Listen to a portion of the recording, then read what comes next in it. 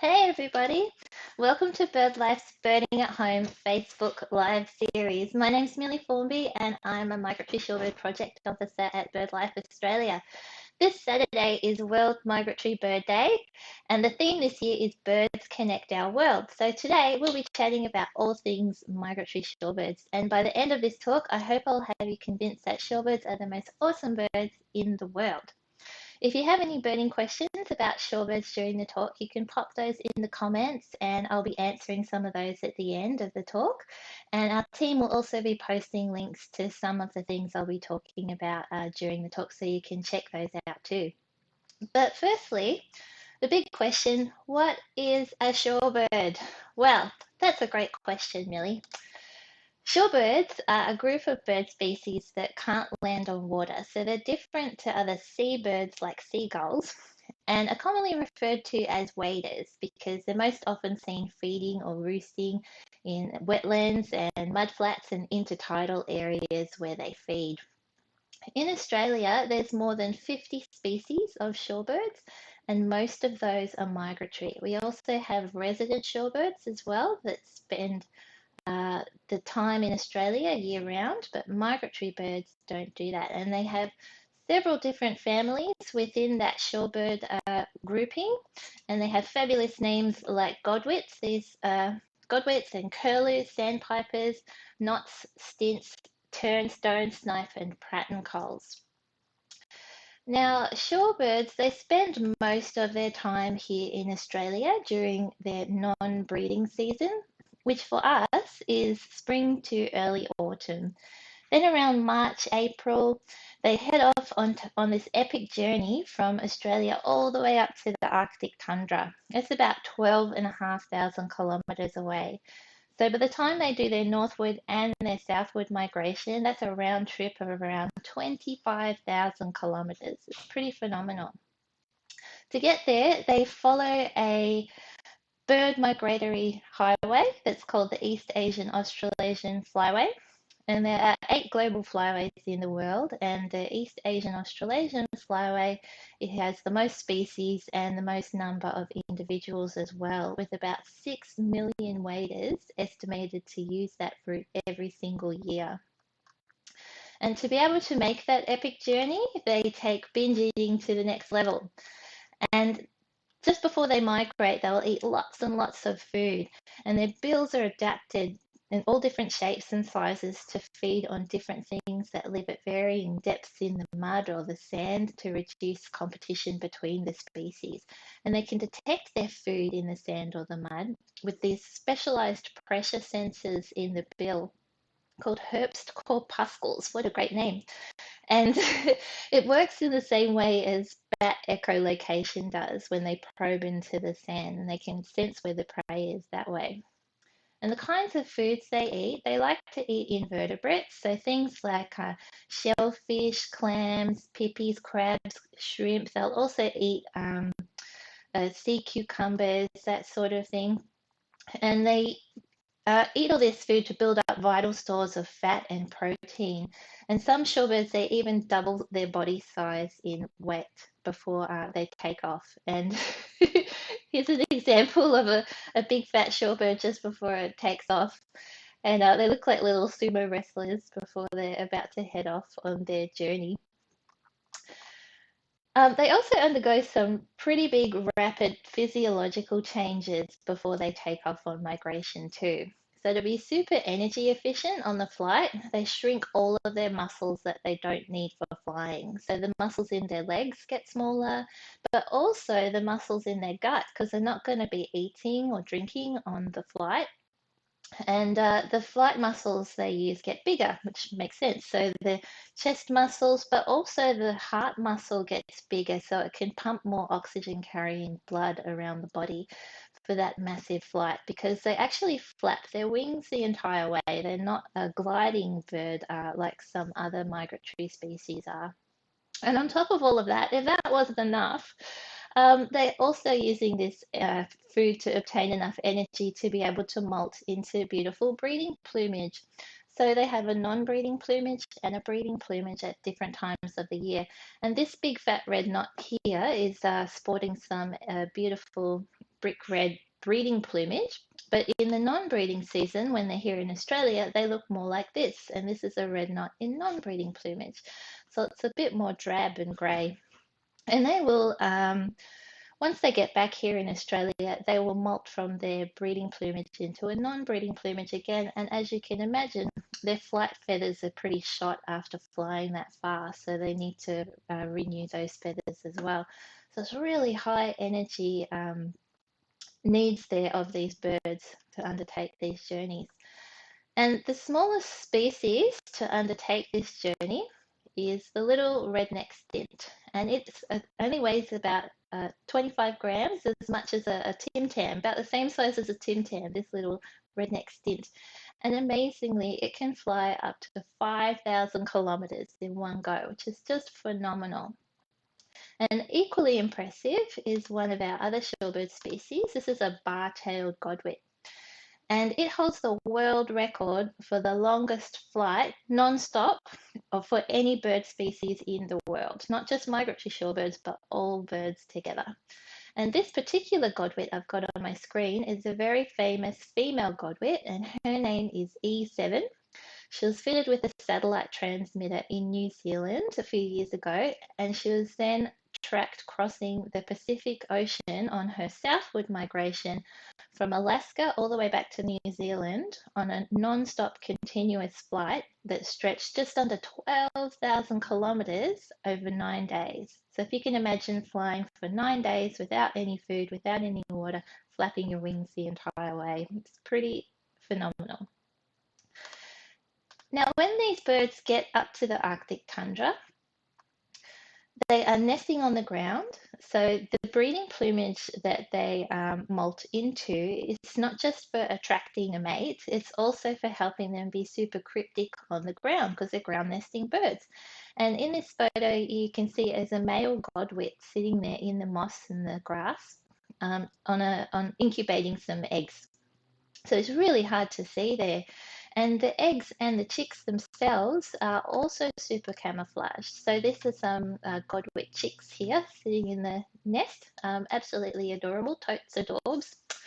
So it's really important, this camouflage plumage as well. And the chicks are what we call precocial, which means that they're able to feed themselves. So they don't need mum and dad going out to forage for food and bring it back for them like seabirds do. So it's another thing that distinguishes shorebirds from the seabird group. Now, the Arctic tundra is a perfect place to be a shorebird chick because there are millions of mosquitoes and other insects in the Arctic summer for them to feed on. So they pretty much just have to open their mouth and all the food flies in. So this migration ecology that shorebirds have has evolved over time because the birds are exploiting high energy rich resources at different times of the year at each of the sites. And there's also a lot fewer predators in the Arctic, so they are at less risk of being attacked, being a ground nesting bird. What's probably most amazing about this breeding cycle, though, is that the adults leave on southward migration ahead of the birds that have just fledged. So the young chicks, they fledge at about 6 weeks, and at about 8 weeks of age, they will fly back to Australia on southward migration, and instinct tells them how to get back here. So that's pretty amazing. And then the first 2 years they spend here in Australia for most shorebird species, they're not at the age where they're ready to start breeding, so they will remain here in Australia and for the first 2 years of their life before they begin doing that northward and southward migration to breed in the Arctic each year. So once we've got records of tagged birds too here that have been tagged in Australia, and they're more than 20 years old. So that means that during their lifetime, they will have flown more than the distance from the Earth to the Moon just on migration alone. And I think you have to agree with me. That is pretty amazing. Okay. Moving on. Oh, excuse me, I just lost my spot. Okay. Now, the behavioral ecology of this migration pattern, though, it does make them quite vulnerable to extinction because they rely on a lot of different habitats when they migrate. And the East Asian Australasian flyway, it's like a chain with links in it. And if any one of those chains in the link, any one of those links in the chain fails, then the whole thing collapses. And indeed, shorebirds are the world's most endangered group of bird species as well, because some of the places they rely on to stop over and refuel on migration have become degraded or lost completely. And part of the problem of this is that the wetland habitats where they like to feed and roost aren't particularly appealing to humans. They look like boggy swamps and muddy mudflats with mosquitoes and such. So it makes sense why someone might think it would be an improvement to fill it in and build a block of flats with an ocean view or drain it for agricultural land. And this has happened a lot all throughout the flyway, but particularly around the Yellow Sea in China and Korea, which is a major stopover for the birds on the East Asian Australasian flyway. And some of the feeding areas there have been reclaimed for development. Fortunately, though, last year the Chinese government declared the Yellow Sea a World Heritage Area, so that was a huge win for shorebird conservation. But it's not just important to conserve these wetland habitats around the Yellow Sea. It's also really important to conserve them here in Australia and all throughout the flyway because, as I mentioned earlier, all of the links in that chain of wetlands needs to be taken care of, and the shorebirds spend most of their time here in Australia, so it's even more important for us to take the lead on that. And looking after wetlands and estuaries, it's not just for the birds, it's for us too, because wetlands provide us with all sorts of ecosystem services. So not everybody realizes peat wetlands, for example, store 30% of the world's carbon. So they're helping to mitigate impacts of climate change. Wetlands also absorb and store water, and they help to filter out and remove pollutants to provide us with a clean water supply. Mangrove wetlands protect coastlines against storm surge, and they also provide livelihoods and recreation for billions of people all throughout the world. So, wetlands, not just for the birds, and I think shorebirds are a wonderful living expression of how we're all connected to each other through this global ecological network of wetlands. And like many of us, shorebirds call many places home, and their migration links over 4 billion people in 23 countries spanning 4 continents in the East Asian Australasian flyway. That's over half of the world's population living in those countries too. So in this way, shorebirds share this wonderful message with us that conservation is a way of caring for all life that includes people. And what better message to share for this theme of Birds Connect Our World for World Migratory Bird Day?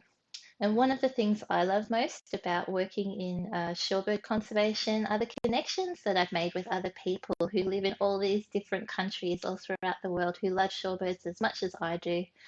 And so shorebirds have definitely connected my world and have even inspired me to become a pilot so that one day I can follow them on migration all the way through the East Asian Australasian flyway.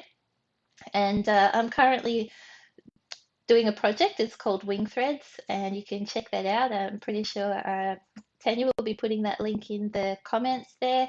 And I'm planning my first big step towards that dream with my project, Wing Threads. I'm going to be flying a microlight around Australia in 2022. And you can learn more about that project at wingthreads.com. And I'll be presenting more on Wing Threads and the story behind that particular project on World Migratory Bird Day with the East Asian Australasian Flyway Partnership, who are hosting a special webinar for World Migratory Bird Day.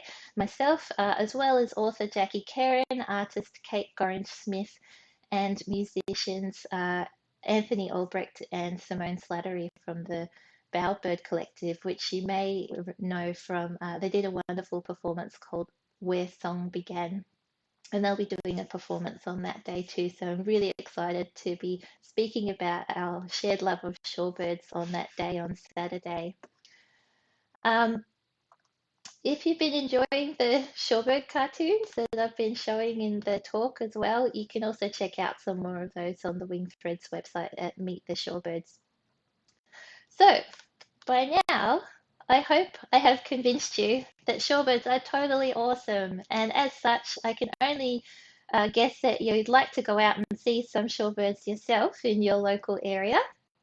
And as I've mentioned, your best bet for seeing shorebirds is to go out between September and April during their non-breeding season.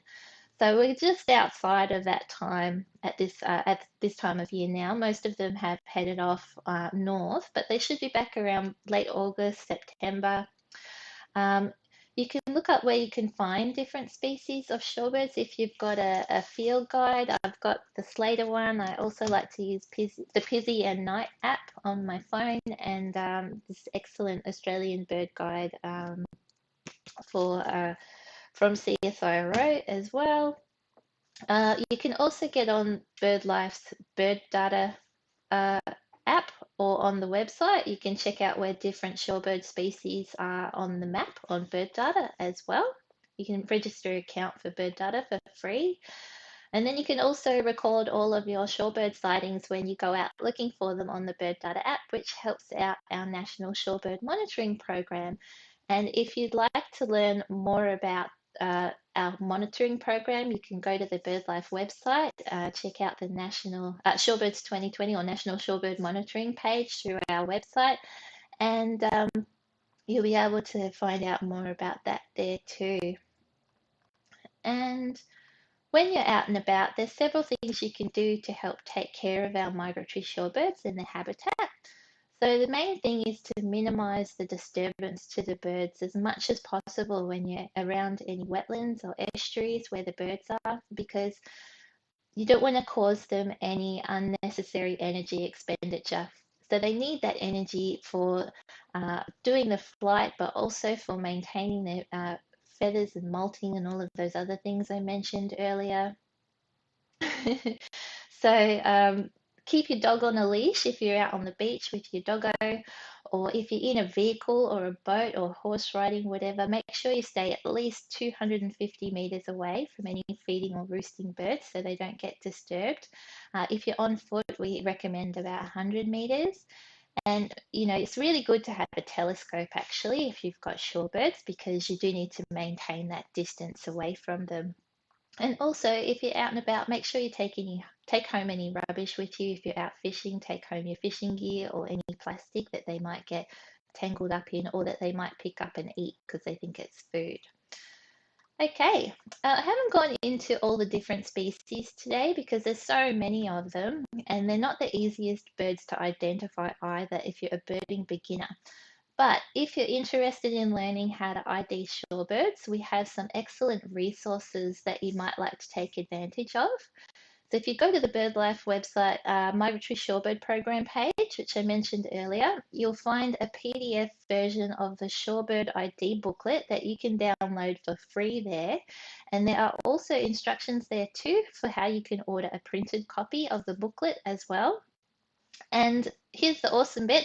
Lyndall Kidd from our Migratory Shorebird team is going to be hosting an online Shorebird ID workshop via Zoom on May 15th for Endangered Species Day. But you'll need to get in quick because it's limited to only 40 attendees and it's first in, first served. So make sure you get onto that quick. The details for registering for the workshop in a Facebook event, I think BirdLife are going to post it on their page as well. And Tanya will be sharing that link in the comments. Yeah, so on that note, I think I will go to some questions now. And I'm just waiting for Tanya to send through some questions. So I'm just having a look at some of your comments here too. Oh, you never look at a Tim Tam the same way. I quite enjoy that. Yes, I can't look at a Tim Tam the same way either anymore. um, yeah, so as I mentioned, yeah, heaps of shorebirds places you can go to see shorebirds in your local area. And I didn't mention before either that even though it's not the time of year right now um, to be going out and looking for shorebirds, it's their non-breeding season, but that doesn't matter. You can still go out and have a look. It's we have those juvenile birds that stay here to overwinter. And we also have birds, that maybe they haven't fattened up enough for migration or they're injured, they're just not in the condition to make the migration. So they tend to stay here over the winter. We call that overwintering. So they stay here and you can go out and find some of those in your local wetland habitats too. So, okay, I think I've got some questions. Oh, coming through now. I'm getting told to tell you all more about my wing threads project. Oh, here we go. Here's a question. What's my favorite? What's my favorite shorebird? Oh man, that's so hard. What is my favorite shorebird? I do love a ruddy turnstone simply because they're so different to all of the other shorebirds with their and they've got a funny little bill. They do actually turn stones over too, which I love watching them do in the field. And I like calling them Rudy Toonstones because I think it's funny. So that would probably be my favorite shorebird. What percentage make the trip successfully? That varies from year to year. So we have with our surveying and banding projects as well. So the Australasian Wader Studies group has a fabulous program where they go up to Broome every year and they band and flag a sample of the population up on 80 Mile Beach. And we can tell from the birds that we retrap, we can make estimates on how successful the breeding was in the previous year based on the number of juveniles that we catch. And yeah, I suppose breeding success is also an indicator of whether or not resources were good that year. And, there's a lot of things that can impact survival rates on the way as well. So whether there was a storm, um, yeah, the abundance of food, how much competition there was, all of those sorts of things. So it varies from year to year, the success of the breeding and for different species as well. Yeah. What other questions have we got here? Oh, tell us more about your wing threads project. Okay, so my wing threads project, I started learning. I got the idea to become a pilot and follow the shorebirds on migration in 2015 and became a fully qualified pilot in 2017. I began learning to fly a microlight in 2016. Yeah, and I want to follow the birds on migration from Australia to Siberia. And since then, many things have happened. I've recently obtained a children's book deal with CSIRO Publishing, co-authoring a book with the fabulous author I mentioned earlier, Jackie Kerrin. So hopefully that will be coming out next year and I'll be illustrating that book. And I'm very excited to be flying around Australia in 2022 to visit schools and read that book with students and share my love of shorebirds with everybody. And I'm hoping as well that we'll have some birds fitted with satellite tags by the Australasian Wader Studies, that group too, who I can then race. So the distance around Australia is similar to the distance to the Arctic and back. So I'm going to see if I can fly around Australia in the time it takes the birds to fly from Australia to the Arctic and back. It's about 20,000 kilometre trip and we'll be able to track my progress around the country compared to the birds on migration. And I have no doubt that they'll do way better than me putting about in my microlight.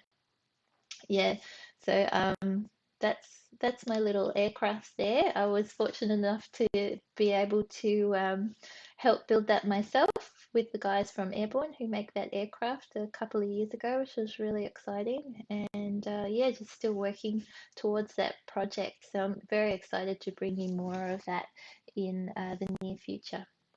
Okay, any other questions? Let's have a look here. Just check my messages again. Oh. Are there any ruddy turnstones being tracked? Yes, yes, there are. There are ruddy turnstones that have been tagged with geolocators on King Island by the Victorian Water Studies group. And I'm pretty sure there are, if you go to the, I'm not sure which page you would find it on. I know there is an animation out there that's been released by researchers at Deakin that shows the ruddy turnstone migration as a fabulous animation. You can see all the little dots, moving across the map there. I'll see if we can find that and pop that in the comments for you so you can have a look. But yes, is a really good recapture rate for ruddy turnstones too, because the geolocators, they're tiny little devices, and I think they weigh less than a gram, and they're attached to a little plastic leg flag on the bird's leg, and they record light patterns, but also whether they can tell whether the bird is standing in salt water um, because of the conducting capability of salt water. So you can work out when the bird is roosting, sitting down and sleeping, or when it is flying because it's daylight. And you can also tell when it's nesting, incubating eggs, because the geolocator's covered up. You can tell when it's been sitting on the eggs for a long time. So we get these patterns from the geolocators. They can tell us a lot of information, and it's really great because they're lightweight and they don't cost very much. So you can put a lot of them on a lot of birds, which is an advantage over the satellite tags that I mentioned before. But you have to recapture the bird to obtain all of that data. So a geolocator is not a great device for all species. It's only really good for those species we know have high site fidelity. So they're coming back to the same place year after year. And a lot of shorebirds have high site fidelity. They tend to come back to the same places each year. And these ruddy turnstones, they're always showing up on King Island. So we've been able to have a really good recapture rate, which is very exciting to be able to find out what those migration patterns actually are for these different species. Because if we want to know what habitats we need to be focusing on to protect different species, we've got to actually know where they're migrating to and what their behavioral ecology is. So it's vital information in terms of conservation management for shorebird species as well, and not just here in the flyway, in Australia, I mean, but all throughout the flyway, because as I mentioned before, these birds are visiting all different countries. And that's another thing, like we had an idea of where these birds are going, but we're finding that the areas they're showing up are much broader than what we had initially expected. And these geolocators and satellite tags, these advances in technology are allowing us to get a much more accurate picture of what the birds are doing. So it's really, really cool. Okay, well, I think that is it from me. I hope you've enjoyed the talk. I could certainly talk about shorebirds all day. So I've thoroughly enjoyed spending time with you today. Happy World Migratory Bird Day, and we hope to see you on Saturday. And make sure you get in on that Shorebird ID workshop too, because I'm sure it will fill up fast. All right, that's it from me, and I will hopefully see you on Saturday as well for World Migratory Bird Day. Thanks, everybody. Thanks for coming to watch the talk. And oh my goodness, I just got a last minute question. All right, here we go. I've got 3 more last minute questions. All right, no more wrapping up. um, what are the most critically endangered species? Cool. Most critically endangered species are eastern curlew. So the eastern curlew is the largest shorebird species in the east. I think it's the largest shorebird species in the world, actually. It weighs in at about just over a kilo, and it's got a really long curved bill. They're beautiful birds, and it's endemic to the East Asian Australasian flyway, which means that it doesn't occur in any other flyway in the world, just here in the East Asian Australasian flyway, which is pretty special. But the problem is they rely really heavily on the yellow sea, and the shorebird species that rely really heavily on the yellow sea are the ones that have been impacted the most by declines. So yeah, we've seen an 80% decline in eastern curlews in the last 30 years, and that number is still going down. So that's the big problem. So we want to keep our eastern curlews still here in Australia in the flyway. We want to keep seeing them do their amazing migrations. And the other ones are curlew sandpiper. That's also seen similar declines as eastern curlew, and also bar-tailed godwit, great knot, red knot. Most of the shorebird species are seeing declines, but those ones that rely heavily on the yellow sea are the ones that we've seen the most decline over time. Cool. Okay. What about shorebirds on lakes on Victorian volcanic plains and threats? I'm not sure about shorebirds on lakes on Victoria's volcanic plains. The threats that shorebirds have in Australia, it's mainly development, and we call it here a little bit like a death by 1,000 cuts. So you have a little bit of a wetland gets drained or filled in or whatever for development, and then a little bit later, another little bit of wetland will get taken, and over time it just builds up. There's a loss of habitat. That's the really big one. Other threats in the flyway, not so much here, obviously, are hunting. So the birds do get hunted for food in up in the northern parts of the flyway. There are also nets. Sometimes they get caught in nets and such. In mudflats around the Yellow Sea. Climate change is also another threat to shorebirds because the timing of the food they rely on and the availability of the tundra for the breeding habitat is shifting. So that's also a big future threat for shorebirds, and we're not entirely certain, how that is going to look in the future. So shorebirds are facing a lot of threats. So it's really important that we have that international approach to their conservation. All right. I think I will leave it there because I've already gone over half an hour. And I'll do my second goodbye for the day. As I said before, I've really enjoyed sharing my love of shorebirds with you today. As I said, I could talk about shorebirds all day. And yeah, again, happy World Migratory Bird Day, and I hope to see you on Saturday at the webinar. All right. Thank you, everybody. Have a wonderful day. I'll catch you later. Bye.